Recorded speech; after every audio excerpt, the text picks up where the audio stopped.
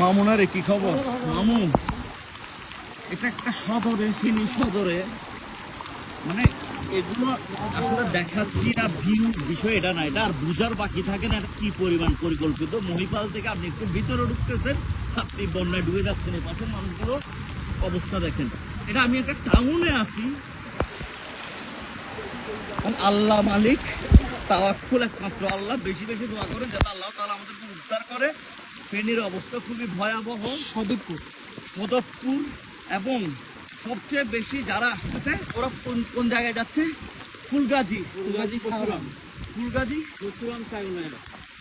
পরশুরাম ছাগলনাইয়া। কিন্তু আশেপাশে আমরা যে হাইওয়ে দিয়ে আসতেছি, আশেপাশের হাইওয়ে ডোবা, বৃষ্টিপাত বাড়তেছে। আমার কথা আপনারা কতটুকু শুনতেছেন একমাত্র আল্লাহ মালুম।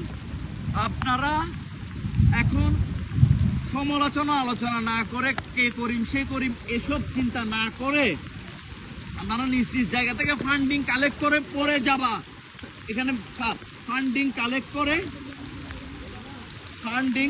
না করা, তাও নিজেদের মতো ফান্ডিং কালেক্ট করে বোট নিয়ে এসে রেস্কিউর কাজটা করেন। এখানে আর কিচ্ছু চাচ্ছি না। আল্লাহ মানুষজনের।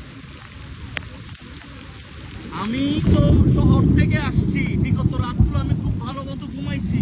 এখানের মানুষগুলো 2-3 রাত ঘুম নাই, ভোরে নামছি। ওরা কিভাবে আছে, কেমনে আছে না আছে। আমি চাই যারা যারা আছেন, আমাদের আগে যারা ছিল বন্যায় হেল্প করছেন, আপনারা সবাই এক হয়ে নামেন।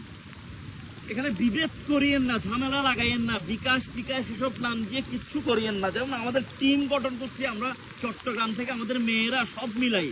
এই বিষয় নিয়ে পরে বলতেছি।